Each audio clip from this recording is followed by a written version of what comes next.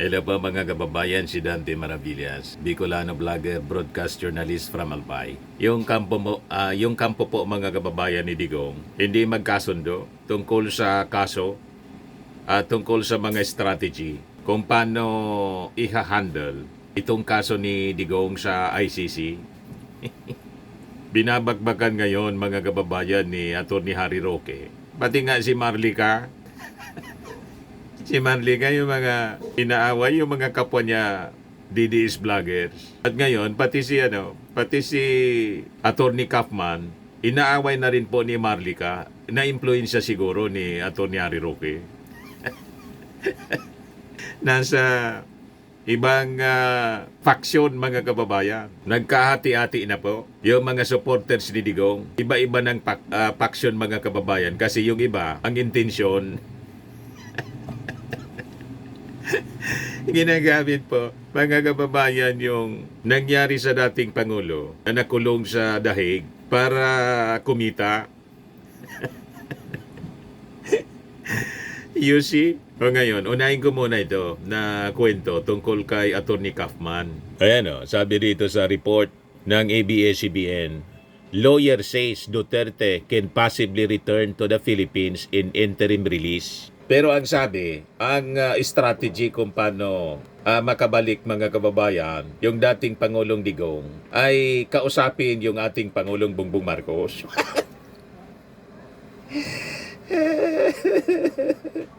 Di ba inaakusa ninyo yung ating Pangulong Bongbong Marcos na kidnapper? Yung gobyerno. Kinidnapan niya ng gobyerno na ang administrasyon natin, ang presidente, si President Bongbong Marcos. So ano to? Tumitiklop na ba ang kampo ng mga Duterte? Inaamin na ninyo na ang ating Pangulong Bongbong Marcos is a strong leader. Pag ganyan, makikiusap kayo. At saan ka nakakita, mga kababayan, na ina-accuse mong kidnapper, kinidnap pala si Digong. Pagkatapos, ibabalik mo si Digong sa kidnapper? Di ba? That is unusual mga kababayan. Di ba dapat ang aksyon ng kampo ng mga Duterte, kumbaga gusto nila ng interim release, hindi dapat sa Pilipinas. Dapat sa ibang bansa. Kaya lang ayaw ng ibang bansa tulad ng Australia at Belgium po. Kasi sino ba naman ang tatanggap bilang host country? Yung mga supporters ni Digong ang gugulo. Public disturbance po ang ginagawa ng mga supporters ni Digong. Kahit man ako, leader ng isang bansa, ba't ako mag-host ng mga taong magugulo? Di ba? Isabi nga natin mga kababayan, bakit hindi i-request ng kampo ni Digong, ng host country, China?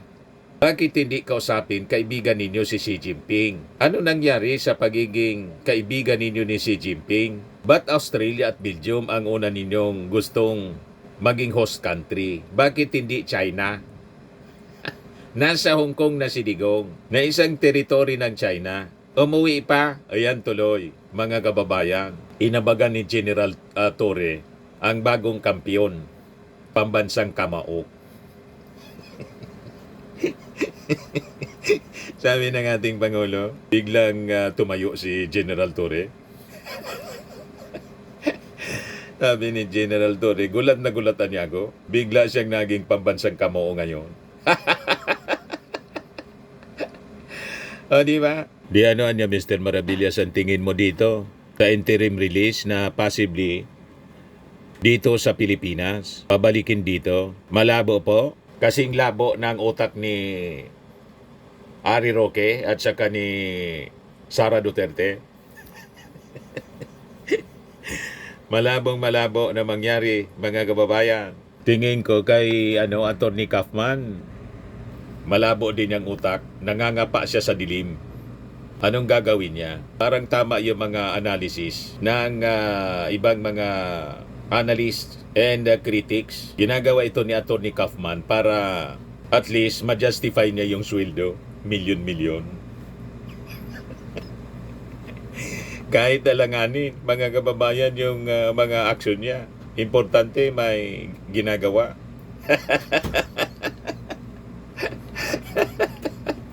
You see? Sabi dito sa balita ng ABS-CBN, the lawyer of Rodrigo Duterte said they have obtained essential information they need in their bid for the former leader's interim release from the International Criminal Court. Sabi ni Kaufman, we have received some of the information which increases our belief in the correct nature of our argument and the need for this information. There are still further procedures that need to be done and further information that needs to be received in order to complete the process. I know it sounds very cryptic, but trust me, sabi po niya, we need this information. We're doing our utmost, sabi po ni Kaufman. Na-interview po ng ABS-CBN. Exclusive interview po ng ABS-CBN.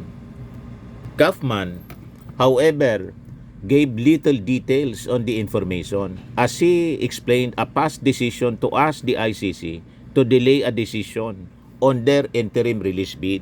Kaya binabakbakan mga kababayan ni Atty. Harry Roque si Kaufman, inaaway na niya. Hindi kumbinsido si Atty. Roque sa mga strategies ni Kaufman.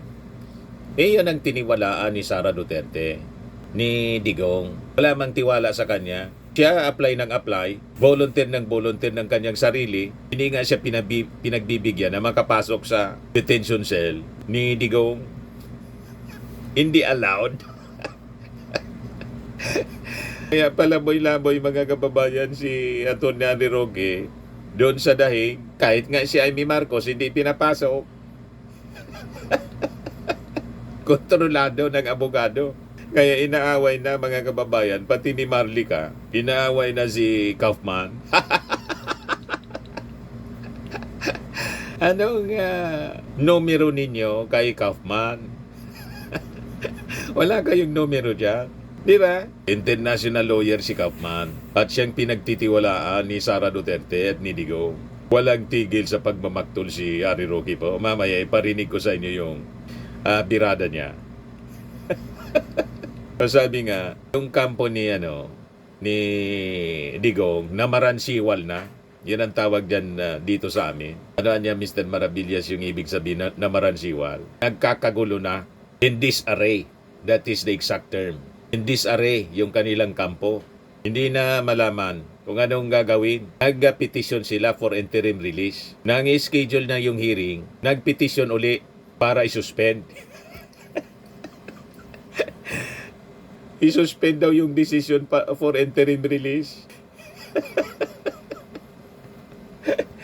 Hilong talilong mga kababayan. Kaya sabi ng prosecution po, kayo yung petition, urgent petition. Pagkatapos ngayon, yung petition ninyo, suspend. I-suspend yung decision sa petition for interim release. Ano nangyari sa inyo dyan?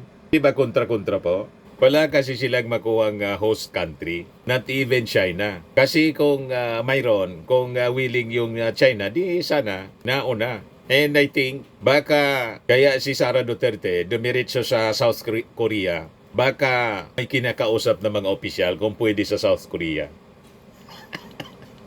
Kung wala talaga gusto na mag-host country kay Digong, kaya siguro gusto dito na lang sa Pilipinas. Kung dito sa Pilipinas, mga kababayan, malabo na i-approve kasi siyempre kukontrahin po ng prosecution because of the strong influence pa rin ni Digong. Nakita ninyo yung desisyon ng Supreme Court sa impeachment trial ni Sara?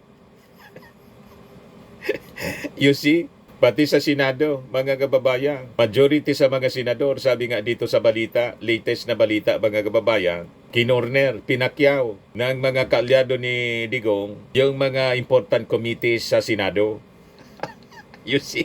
Patunay ng malakas na impluensya ng dating leader ni Digong sa Senado, pati ngayon sa Supreme Court kasi daw 12 sa mga justices. Pero may mga naulinigan tayong mga balibalita. Baka mag-file po ng impeachment yung ilang mga congressmen and yung dating mga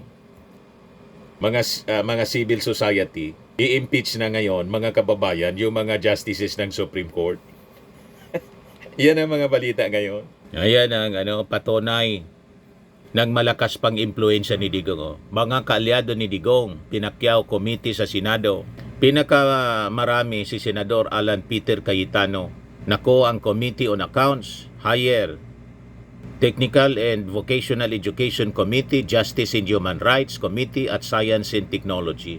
So magagamit ito mga kababayan na ebidensya ng prosecution. Hindi dapat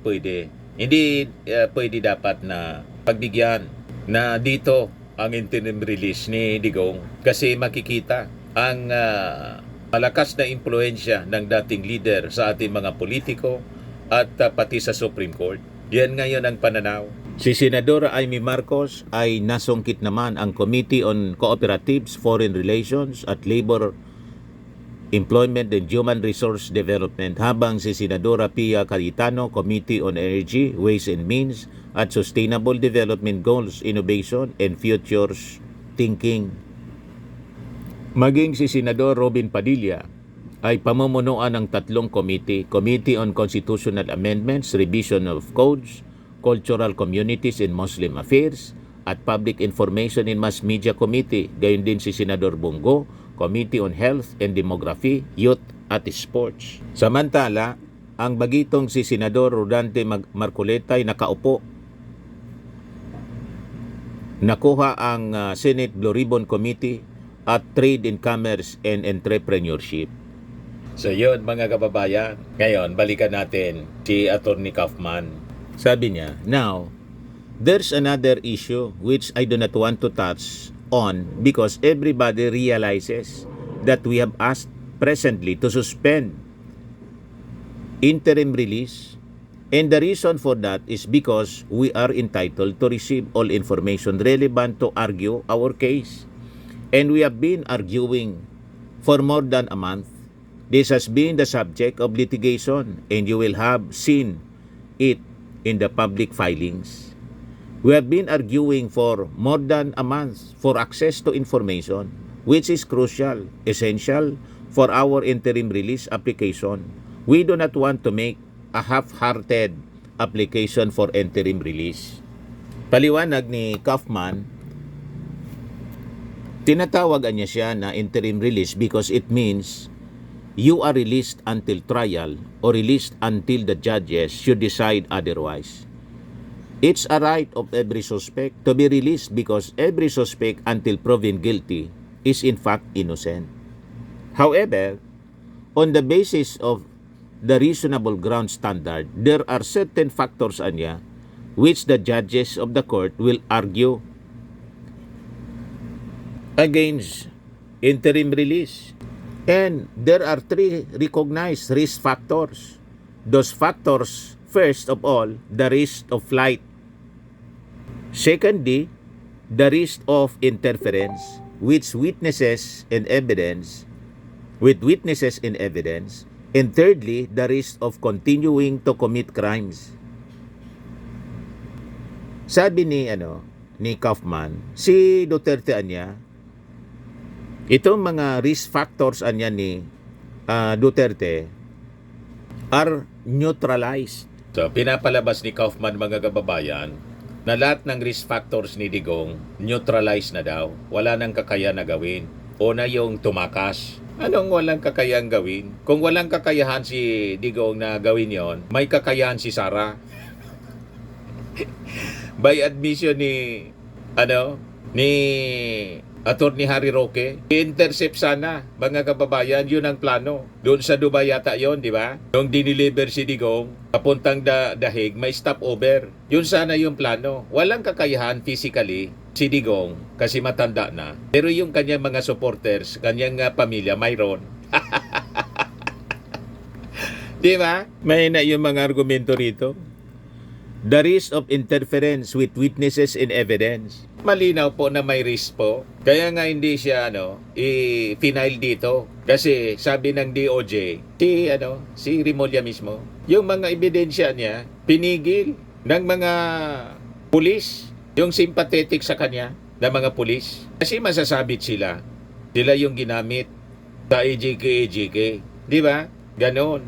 Tapos, Thirdly daw, the risk of continuing to commit crimes. Kasi mahina na daw si Digong. Mahina po physically, pero yung isip ni Digong malakas pa. At he commands respect mula sa kanyang mga followers. Kita ninyo?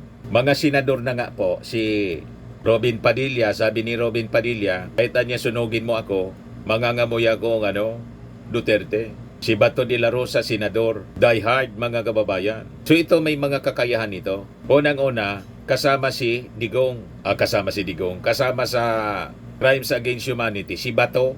So, mahirap na mga kababayan. And sa totoo lang, hindi naman talaga personal. Most of these cases ng AJK, hindi man personal si Digong ang pumatay. Ang inamin niya doon sa Quadcom hearing, mga 7 yata yun yung sinabi niya na personal niyang itinomba. Sabay toro kay Bato.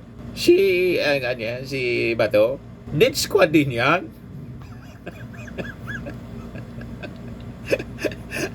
You see? Now, obviously, sabi po niya, being in prison, no longer being in a position of power, no longer having access to the instruments of power, the former president has absolutely no means to commit crimes. Not that he ever committed crimes, because we believe that he was innocent anyway. Ang gumawa po ng actual crimes based sa mga testimonya, yung death squad niya, at itinuro ni Digong si death squad niya. Nasa posisyon pa, di ba? Kaya kontra-kontra mga kababayan ang mga sinasabi ni Kaufman. Sabi pa niya, but regarding the risk of flight, well, he is 80 years old. He is tired. He's not going anywhere. He's probably one of the most famous people on the planet. It would be impossible for him to flee, for him to hide anywhere. Anong imposible na tumakas? Hindi naman talaga siya si 80 anyos. Pero yung mga nakapaligid sa kanya, pwede siyang itakas. Tama? Pag halimbawa pinawi yan rito, pwede siyang itakas na kung sino na mga kaalyado niya. And as for the risk of threatening witnesses, well, we have strong grounds to argue that would never take place anyway. And let's face it, there have been Senate hearings where people have come. They were made these allegations in the past against the former president, and absolutely nothing has happened to them. So there's no concrete risk whatsoever of a threat to witnesses. Malabo po. Unang-una, yung mga investigasyon sa Senado, walang nangyari kasi nandyan si Bato de la Rosa, Chairman Committee on Dangerous Drugs in Public Order. Wala nga nangyari sa missing sa Bungeros. Sa investigasyon ni Bato de la Rosa, walang nangyari. Kaya ipinag-utos na ng ating Pangulo mismo ang pag-iimbestiga sa missing sa Bungeros kasama sa SONA na mention ng ating Pangulo. Ito si Harry Roque, dumaldal po. Inaaway si Kaufman. Tinutuligsa ni Harry Roque yung political strategy ni Kaufman na para makauwi sa Pilipinas daw, plano ni Kaufman na kausapin yung ating Pangulong Bongbong. Ano pa si Harry Roque? Yun, bilang tagapagsalita, dating tagapagsalita ni Tatay Digong, tama ba na humingi tayo kay Marcos Jr. na pauwiin si Tatay Digong sa Pilipinas? Siguro naman alam nyo kung anong aking sagot. Hindi. Nagkakagulo na sila. Si Marcos Jr. Hindi nagkakasundo. At nagpadala kay Tatay Digong sa dahig at hindi siya makikiusap kay Marcos Jr. na siya ipauwin sa Pilipinas. Mas nanaisin pa siguro ni Tatay Digong na pumanong na sa kulungan sa dahig kesa humingi ng pabor o tumanong ng utang na loob dyan sa Marcos Jr. na yan. Now, bakit naman natin sasabihin na susi si Marcos Jr. sa pag-uwi ni Pilipinas? Susi si Marcos Jr. sa pag-uwi ni Tatay Digong sa Pilipinas. Di ba una-una siya nga ang nagpadala kay Tatay Digong dito sa dahig? Malinaw na malinaw ha. doon sa hearing na ginanap ng Senado. Bagamat sinasabi ni Secretary of Justice Remulla na siya talaga nag-utos, ano ba naman yan? Qualified political agency. Dahil siya ay alter ego ng presidente, talagang desisyon niya ng presidente. At pwede ba naman yun, nakalihim lang mga desisyon na talagang magpadala sa dating Presidente Duterte sa dahig, bagamat merong malinaw na proseso na nakasabi mo mismo sa room statute kung paano mapapadala sa dahig ang mga akusado na may warrant of arrest. Diba? Puro kasinungalingan nga sinasabi nila na sila daw ay sumusunod sa Red Notice Alert ng Interpol. In the first place, wala namang Red Notice Alert. Ang meron lang ay diffusion order, na ang diffusion order ay isang request sa mga karatig bansa o sa mga iba't ibang bansa sa daigdig humihingi ng tulong para arestuhin na isang tao. At ito ay nanggagaling mismo sa bansang Pilipinas. Paano ba naman titinggin ng Pilipinas ang sarili niyang pakiusap sa mga bansa sa daigdig na hulihin si Tatay Digong? Diba? Kalokohan yan. At siyempre uulitin ko sa Article 59 ng ICC, malinaw na malinaw pa sa sikat ng araw, nang dapat na ginawa kay Tatay Digong bago siya pinadala dito ay hinarap sa lokal na hukuman. At ang gagawin ng lokal na hukuman ay sisiguraduhin na yung karapatang pantao ni Tatay Digong ay hindi malalabag at sisiguraduhin na hindi malalabag ang soberenya ng bansang Pilipinas. Paano malalaman kung malalabag ang soberenya? So, laging sinasabi ninyo yung karapatan ni Tatay Digong ninyo. Yung karapatan ng more than 30,000 na na-EJK. Wala kayong sinasabi. Kaya walang maniwala sa mga argumento ninyo, Atty. Harry Roque. Ngayon, mini-mention mo na yung human rights. Kasi human rights ni Digong. Yung human rights ng mga biktima, wala kayong sinasabi. Ngayon, inaaway mo si Atty. Kaufman kasi naisip ni Atty. Kaufman makiusap sa ating Pangulo. You see, kontra mga kababayan si Atty. Harry Roque. Hindi man siya yung abogado ni Atty. Kaufman. Ang kinuha ni Sara, ni Digong, si Atty. Kaufman. Siguro hindi ito magsasalita si Atty. Kaufman na gusto makiusap sa ating Pangulo kung walang approval si Sara Duterte. So ang ibig sabihin nito, ipapadaan mga kababayan kasi siyempre nakakaya kay Sara na siya mismo yung makiusap. Inaway-away niya yung ating Pangulo eh. Yung abogado na lang niya. O diba? Tumiklop. Ibig sabihin po, tumiklop na yung mga Duterte sa ating Pangulong Bongbong Marcos. You see? Yan kasi wala kayong tigil sa pangmamaliit sa ating Pangulong Bongbong na ang ating Pangulo, kuting, weak leader, bangag.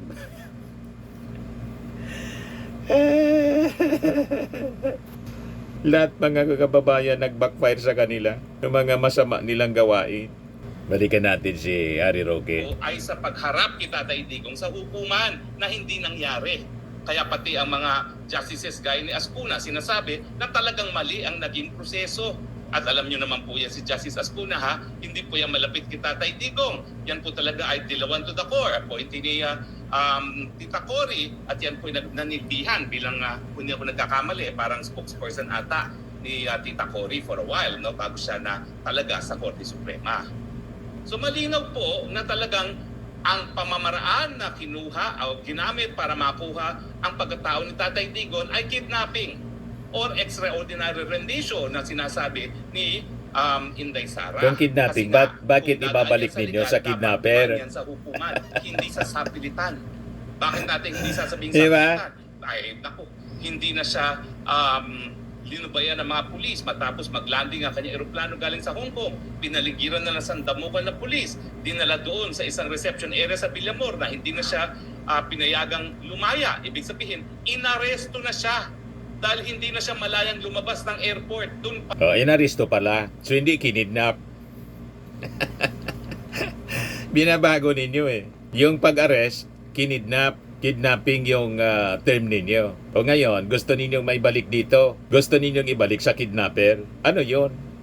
Di ba? Kasi wala mga kababayan na ibang bansa ang gustong mag-host kay Digong. Naintindihan natin kung bakit ayaw ng ibang bansa kasi napakagulo. Madamay pa sila. Public disturbance ang ginagawa po kahit dyan sa dahig. Public disturbance ang ginagawa ng mga supporters. Si Sara ikot ng ikot. Pumuntang Malaysia, pumuntang Australia, at doon mga kababayan sa South Korea. After na pumunta sa The Hague, wala nang nagawang trabaho si Sara. You see? Pero may lakas ng loob siya. Mga kababayan na pumuna sa ating Pangulong Bongbong Marcos, siya itong walang ginagawa. You see? Ito si Marlica, mga kababayan. Inaaway si Kaufman. Mag-resign na daw si Kaufman. Ano nila ba? Or else you. Nawala? Ito pa. Oy, Kaufman, mag-resign ka na. Or else you. Duterte family, eject that. Walang kwentang abogado. Kahit hindi kayo lawyer. So, ibig sabihin, si Kaufman dumidepende kay Marcos Jr. para mapalaya ang Pangulo Duterte. Si Santi na yan si Kaufman, mga pamilyang Duterte. Abogado naman si Inday, yung mga advisor niya. Meron bang ganyan? Abogado? Kailangan Si ibigay Sara sa na lang ang para mag-abogado. mapalaya si Pangulong Duterte. Putang ina, di na sana siya nag-abogado. Ako may sa pangunawa ko sa payak kong pangunawa. Independent po. Diba sabi, independent ang ICC. Hindi pwede pangimasukan kasi sinusunod na yung katsyotaang Rome Statute na yan. So, ibig mo sabihin, Kaufman, pag sinabi ni Bangag na, palayain na yan, pauwiin na si Pangulong Duterte, ibig sabihin, mabaliwalahan na itong ICC. Oy, Kaufman, mag-resign ka na.